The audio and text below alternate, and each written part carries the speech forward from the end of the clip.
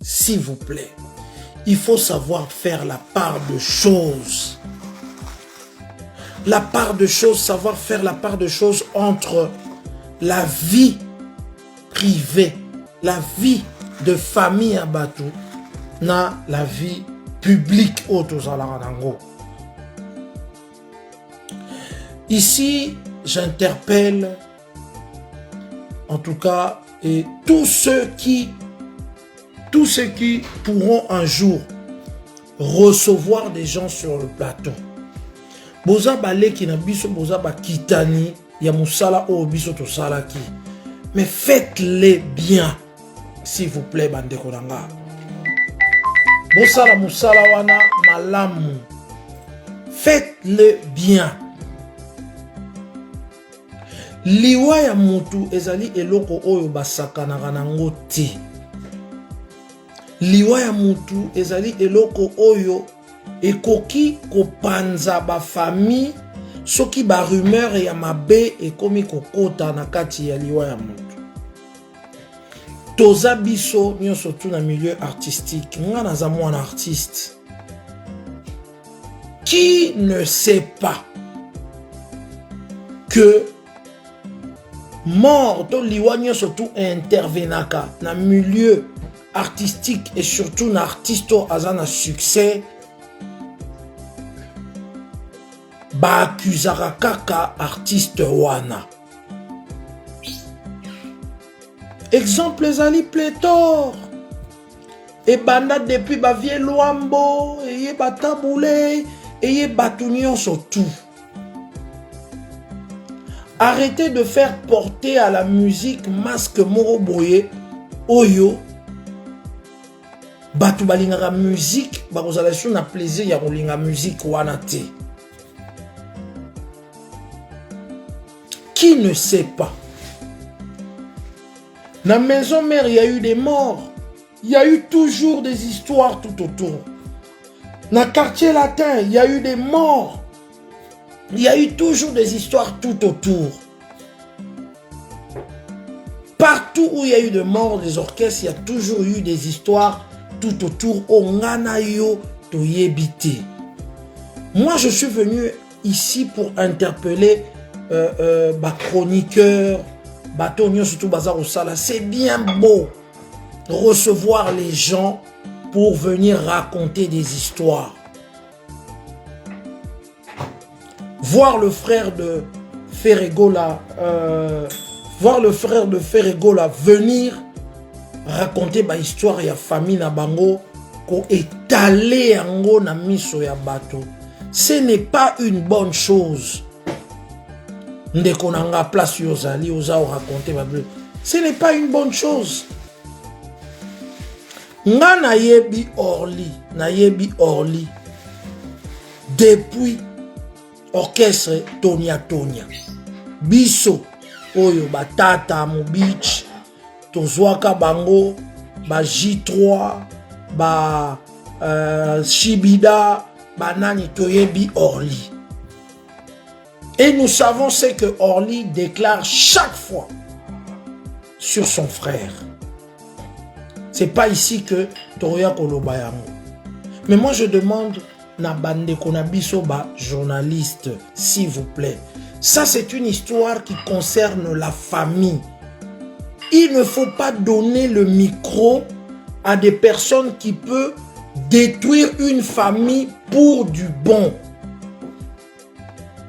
Quel est l'artiste congolais qui aujourd'hui a commis l'ongola que nanu ba accusayete que alia leki alia mwana alia ba parents alia bazawapi baati bazate même na ba journaliste lelo omona boy mwana na ya kufi problème ninya kufi problème. Ce n'est pas l'endroit. Noli Tambou le sage, mon petit frère, que j'aime bien, que tu fais bien ton boulot. Ça n'aide pas la musique. Ça n'aide pas la musique. vous l'avez reçu. S'il a fait des déclarations comme ça, pesez ces déclarations. Est-ce que ce sont des déclarations incendiaires comme ça que Tokoki Kocha na réseaux sociaux pour na ebima et panza famille à Batu? Regardez un peu les conséquences à long terme au lieu de regarder juste au bout de votre nez. Baleki nangaya média.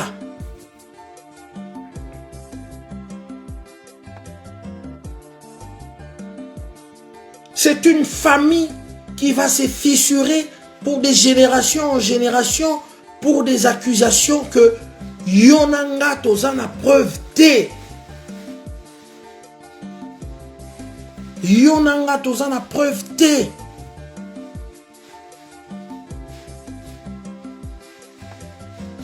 Ebandeko nangai. Botika biyambela mwanza ya kolukaka kozwaka mutu kochaye na plateau pour raconter des choses que na yo moko mutu za na plateau ozo maîtriser yango ti. C'est triste. Il n'y a aucun artiste congolais qui a été épargné. Ba Papa Wemba, ba Kester, ba Pepe Kale. Basake épargné, on a accusé Pepe Kale que alingaki alia nani, aliaka emoro. On a accusé Pepe Kale que alingaki alia Lofombo. On a accusé Marie-Paul de beaucoup de choses aussi. Ba Werawana, ba Jibé, Toyoka Mama Solo. Est-ce que vous croyez que le milieu musical, c'est le milieu où il y a plus de kissi que le milieu mususu? C'est faux. Le milieu politique, il y a des dangers. Makambu spirituel, et zalara kakate na milieu musical. Même na libala ya pamba oyo. Na mariage, au mona omba makambu spirituel. Ngana yo to maîtriser yango te. Pour na to maîtriser yango, il faut bossa la émission mongo boy et filmera ba esprit. Ba démon na ba biloko mususu pour que tout le monde a véracité ya likambu bo loba. Et loko wana eza na preuve te. Ce qui veut dire que ba accusation wana soki lelo ministre Eberand on a pesi mbote. Ba zui ba accusation wana ba pesi yango na l'état et que ba sengi na bino bo prouver effectivement et loko elobami soki ezaboy et tout et vous allez très difficile na bino ko prouver yango. Soutenons la famille, bazo passer un moment très difficile. Soutenons la famille et tout. Ole yakobi misaka, oh gigo la salaka boy. Parce qu'il y a des gens qui se préparent. Bazo yakolingaso ko sala ba émission pour na kolobela Orly. Comportement naie vis-à-vis à petit frère naie. Oh ba monaka. Parce que na yoki déjà sur le site. Dans Internet, Orly, c'est un garçon qui est envieux de son frère. Hein? Est-ce que vos histoires de famille, vous ne pouvez pas le garder?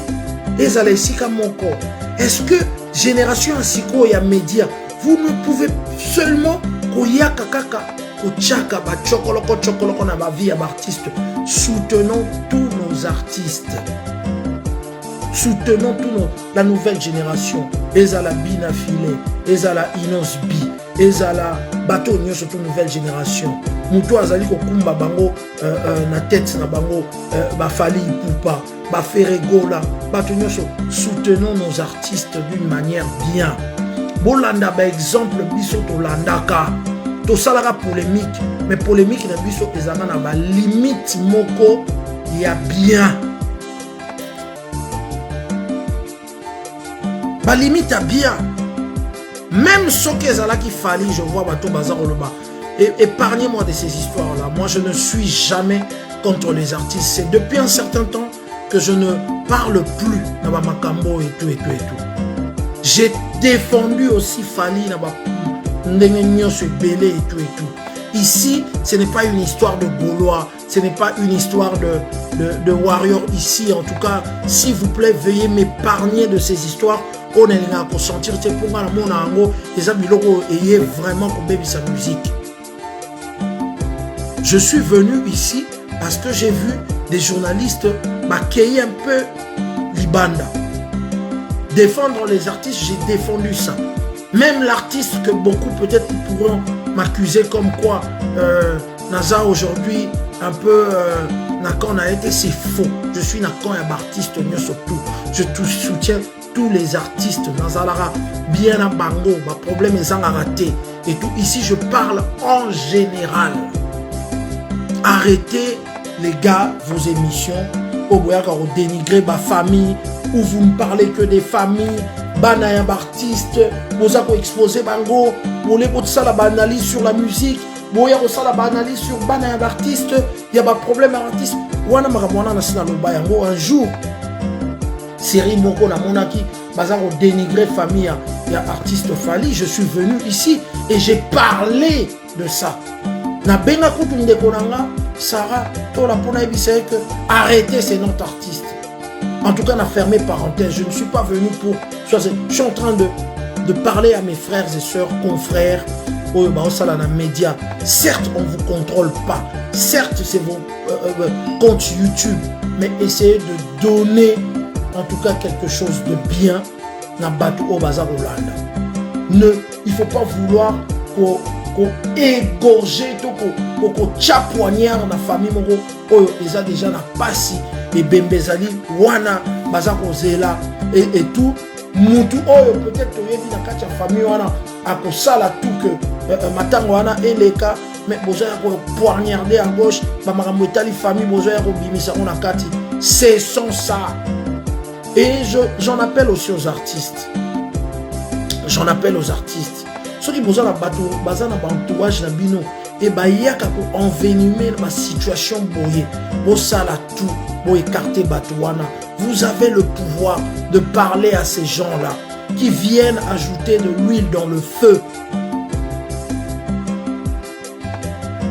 Qui viennent ajouter de l'huile dans le feu. Je ne suis pas ici venu pour Nassala, pour défendre mon tout. Mais naïe, vous allez contre ma émission Oyo, Ezali, pour Pesa Batou et l'invité. Vous le faites. Mais vous ne savez pas ce que la famille est en train de sentir. Vous ne savez pas comment vous êtes en train de fissurer une famille. On le voit au niveau. Il y a des artistes, même dans Kofi Olomide. Comment est-ce que banaliste, comment est-ce que bano et média et l'élo, vous avez une famille à Batouboye, vous étalez en haut. Même si ceux qui banent dans bango motu, babandaki makamu. Mais pourquoi venir étaler tout ça sur le média, Nakatia média? Pourquoi qu'on n'a pas vu?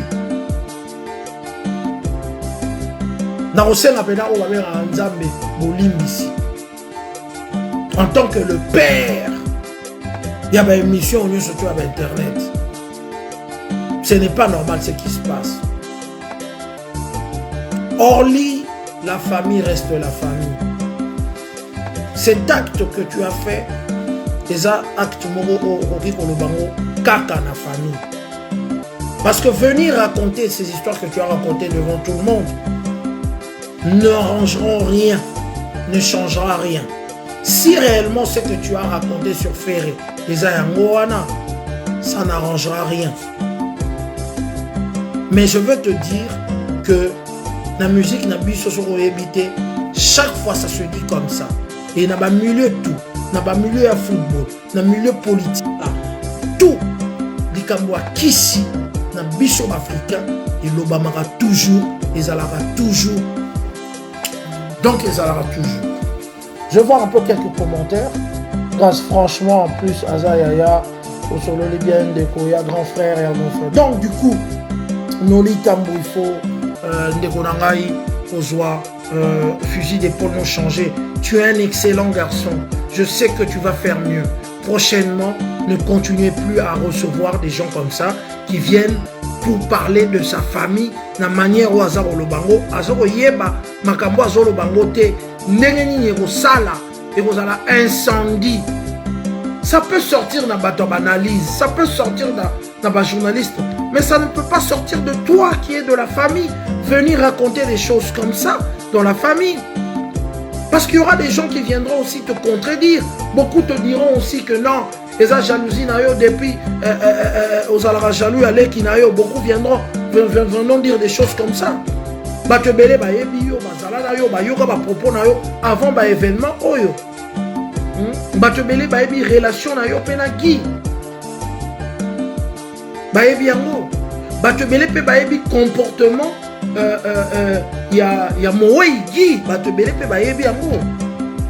Nga marko ese bozala likambo o bino bolo bala ngai o nga na yebite parce que bana wana nga na recevoir bango liboso na poto.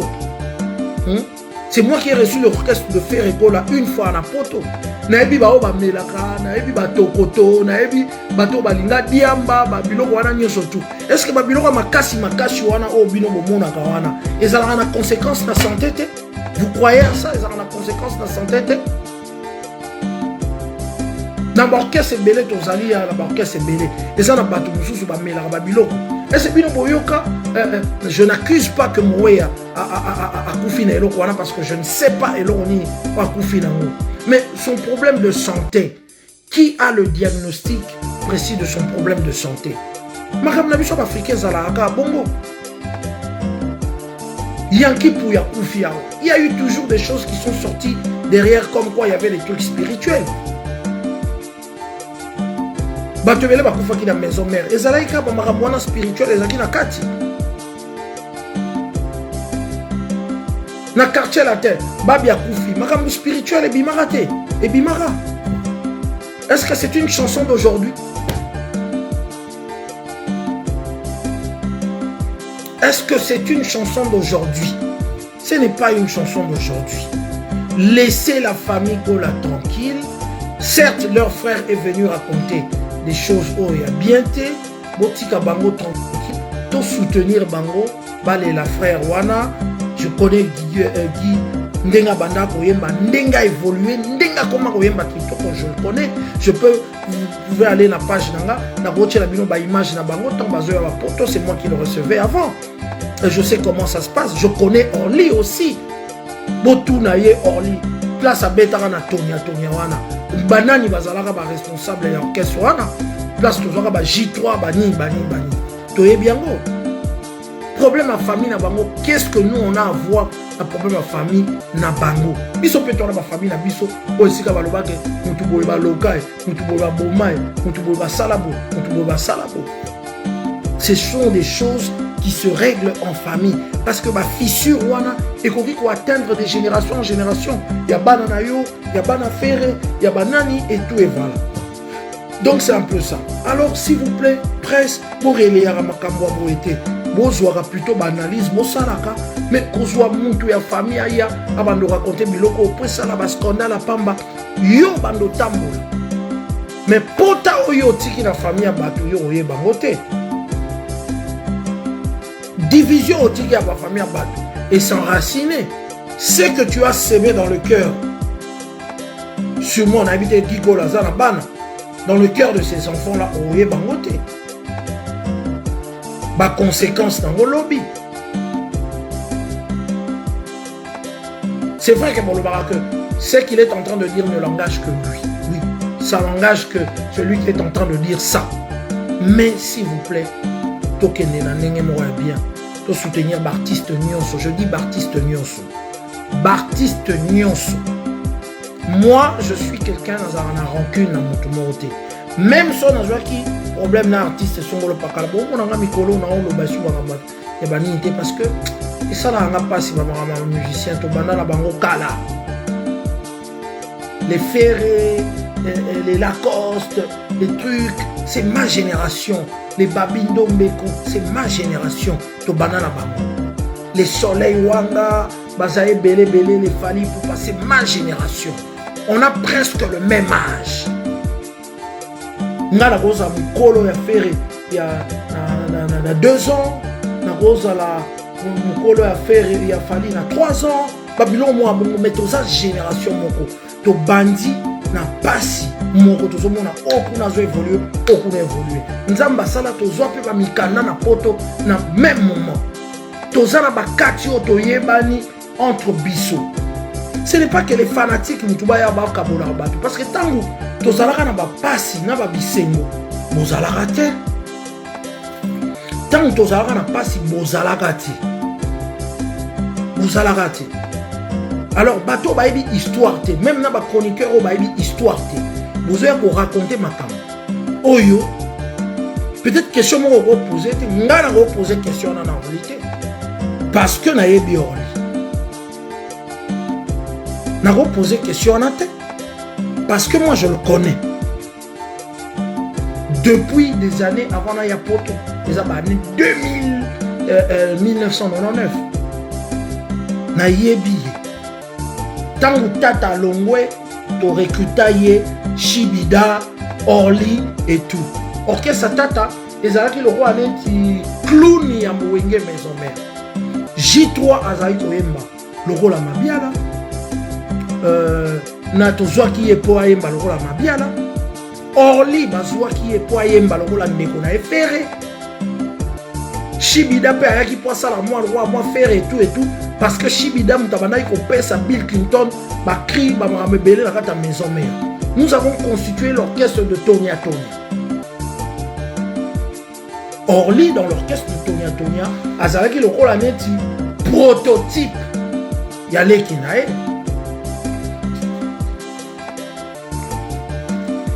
Azalaki le rôle prototype ya frère nae. Nga connaissant le gars, je ne peux pas le mettre sur le plateau pour dire les choses, même pour Namakamwa bien. Dans le salon à monter. Bino bato bozoya lelo boebi batute, boebi évolution à la famille à batute. C'est vous qui allez parler. Ba fanatique à lelo na lobby, o bobimi lobby. C'est vous qui venez avec des discours comme ça parce que boebi histoire. Documentez vous voyez bah histoire autour na ba biso même ça nous ba histoire bah voyez bah que non Isabo il faut voyez bah histoire même ce qui fait à sala qui bango pena mabe eza makambo yo ya famille pour toza na preuve dango te so toza qui na preuve nango tokolo ba tokoki ko refunda ye ata preuve yango yo atinda ki mutu akomaki ba cha embeli yo se mona na Afrique wa ba fundi ndoki profondela wapi eza makambo mulili toyebite ta musupe ezali na mort naturel toyebite OK fundela ngo wapi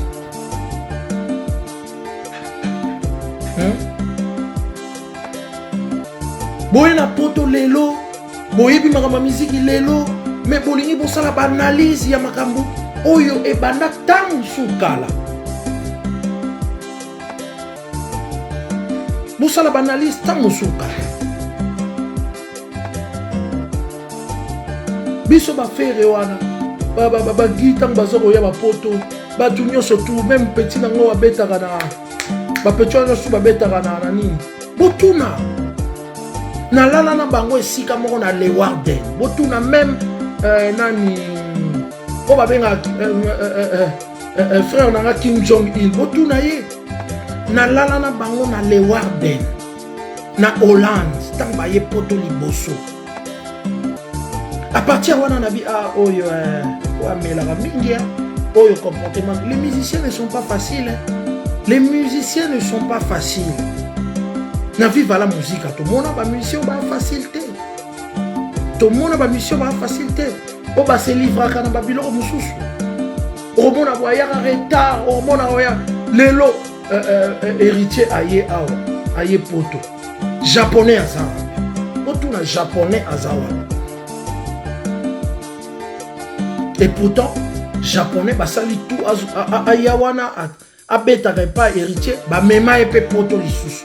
Donc bah mema et poto lissous. Les gars, des choses que vous ne maîtrisez pas, il ne faut pas incendier espace musical pour ne pas bilan mon actualité. Allez l'on a lobby au boyébité, vous voyez comme nous avons un farfelu, oyo, et zalika kako baby sa makambo, y a pas famille à battre.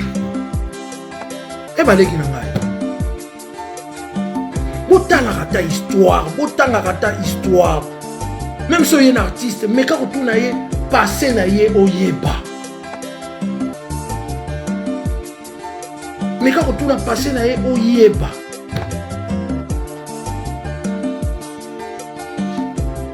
Ceux qui ont maîtrisé l'actualité, c'est un chroniqueur. Ça veut dire que chronologie est en akati, chroniqueur. Au koki kota lobi bon, histoire est banane. Faire abimande étape nyezaki ni.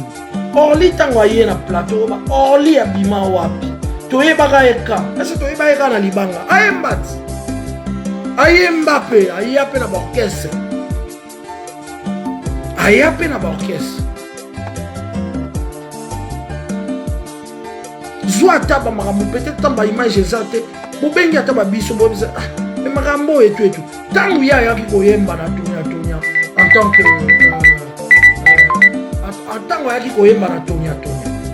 en tant que sosie, le prototype, il y a fait rigoler. Mais posez des questions. Posez des questions. Moi, moi, histoire, il y a ma cambo belé.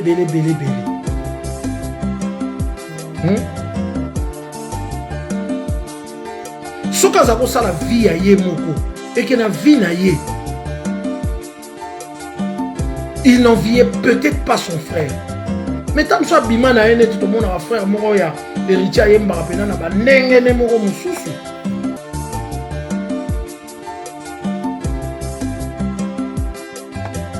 Ochana s'il vous plaît. Bon mamoto en tout cas na lobi yango ka te pona faire. Na lobi yango pona ba artiste nyon surtout. Assainissez un peu vos entourages et tout. Faites en sorte que Makambo est à la bien. Bon, ça, la polémique n'a bino carrément artistique. Tel à l'équipe, tel pour battre la caille, boy, n'a pas de mêlée. Tel à tel pour avoir un disque d'or. Tel à tel. Ça, moi, je ne viendrai pas. Mais tel à tel pour Boma Nani na famille, pour Salani na famille, et l'Obama te Makamboana, et Bana Obama na quartier. Est-ce que mon abavier le 15 au loin si? Même na Zakari Baba Basso, nous bayaki ko bimisa polémique. Bon mon aba émission, il y a ma bebo.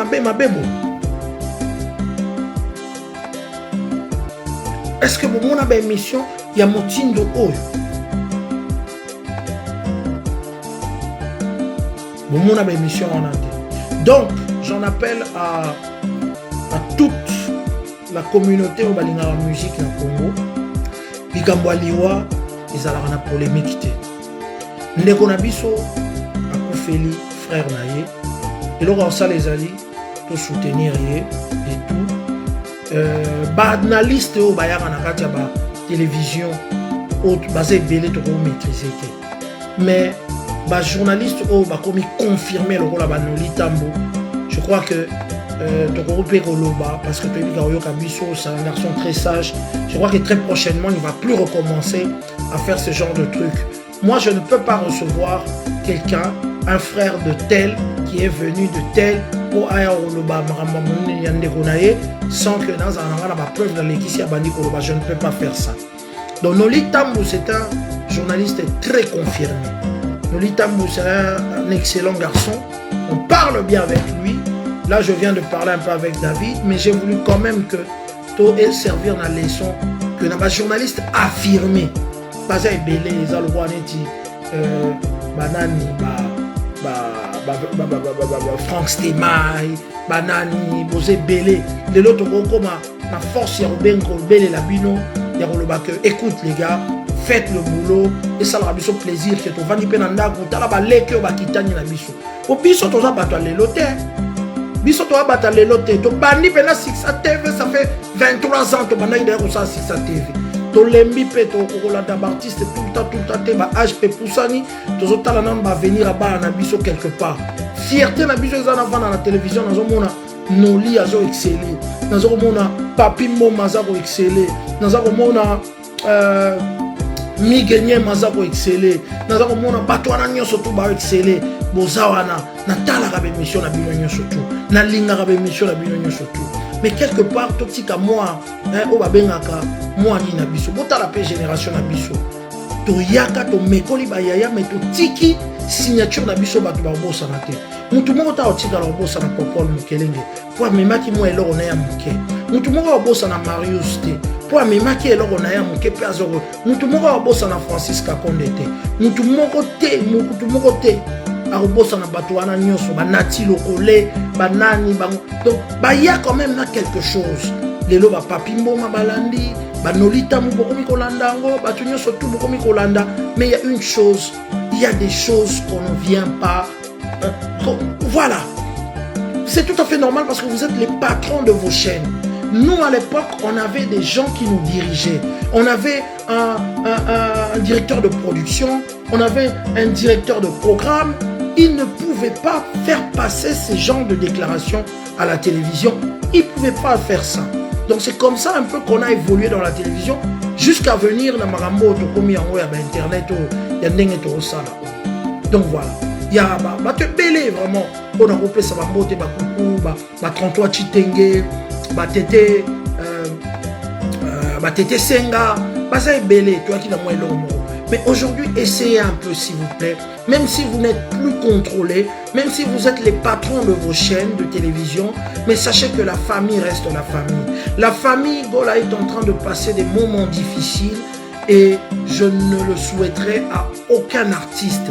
Même si les gens m'accusaient que je suis contre tel artiste, à aucun artiste je peux accepter à ce que dans le moment où passer un moment difficile, soit na bananae, soit na mwasi nae, soit na famille nae, ngai na ya oyamba mutu moko aya kokota makambo o ezali purement privé et familial ya batu a tcha pétrole place moto ezali ya kopela toi tcha essence pour incendier famille sous. Ça ce n'est pas bien. Voilà. Donc c'est de ça que Naki Pona réagir Nango par rapport à cette émission, par rapport aux réactions. Et là je suis en train d'appeler aussi à la team de Ferregola. Retenez toutes les personnes qui viendront répondre à Orly, qui viendront répondre à Eko Malroi Neti, Libange Betia, retenez. Parce que Makambo Bomo dans les réseaux sociaux. Mais ba pota oyo kotika na kati ya famille Gola eza ba pota oyo bato ya réseaux sociaux ba olia fufu na bandako na bango ba koya ko boma ba pota wana ti et ko ko kende ti na bana parce que si Gola a des enfants bana ne mko musu ba ko vanda ba yoki ba bia papa Hervé mutu aboma papa na biso oyebi esprit ya mwana musu te mwana musu ba ko pota ki soda pourquoi pas venger ka papa na e maka mwana boye barate. Un jour, il y a bimeli bena oncle na ebo beti epe masasi parce que ba rumeur wana koli na ba rumeur wana to yebi ba makambo wana tango mwana zokola suta comme à l'adolescence abomi na ba 10 ans baloba je ne vois plus papa parce que papa Hervé a tué ton papa, papa Hervé a tué ton papa avant Hervé mwana wana na mutu na ye mukolo mususu ka bomona bo akenda musala soda asisi ka musala soda ye bomba mo akoti. Papa va dire, ah mon fils tu es là, ah non, je ne suis pas ton fils, tu as tué mon papa. On m'a dit ceci, j'ai regardé dans la télévision, c'est toi qui as assassiné mon papa. Et tout, mystiquement par là, mais moi je vais le faire comme ça. Les conséquences pour mon raté, pour la télévision. Pour mon conséquence, il y a ma s'il vous plaît, épargnez cette famille, balela Guy, na calme surtout, matanga eleka. Faisons la polémique des musiciens, les avoir évolué les musiciens, namoni baba groupe Bima Oboy, parlons de la musique. Faire à Tekaki, fallait à Tekaki, Oya 8 disques d'or, Oya 8, parlons de ça. Ça, on accepte.